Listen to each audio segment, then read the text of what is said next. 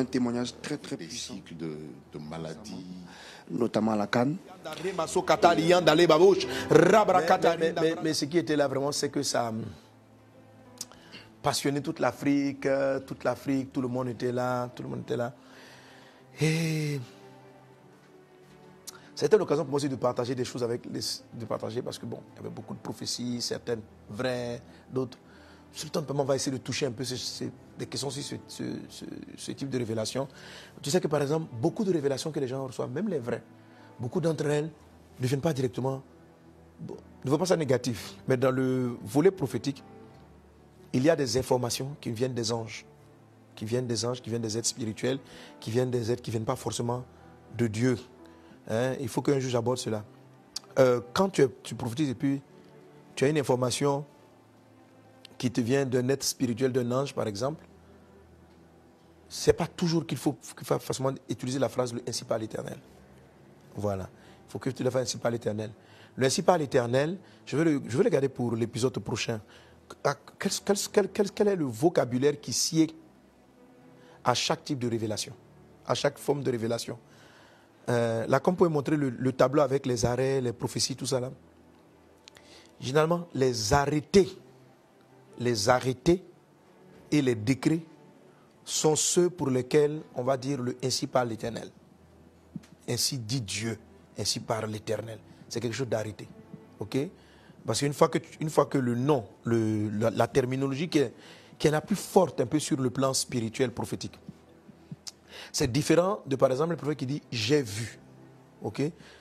J'ai vu que la Côte d'Ivoire gagnait. J'ai vu que la Côte d'Ivoire gagnait. Là, ce n'est plus ainsi par l'Éternel, mais ça peut être une prophétie. Ça peut être une prophétie, mais ce n'est pas ainsi par l'Éternel. J'ai vu va vous amener maintenant dans le cas d'un projet, d'une intention de Dieu, d'un projet de Dieu, d'un plan de Dieu. Mais le j'ai vu...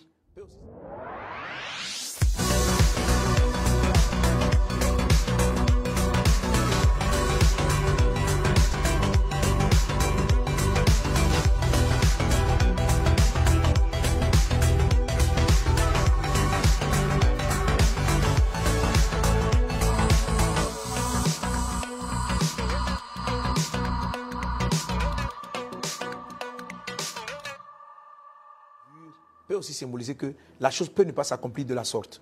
Autrement dit, certaines conditions doivent être réunies pour que ce projet-là se mette en place.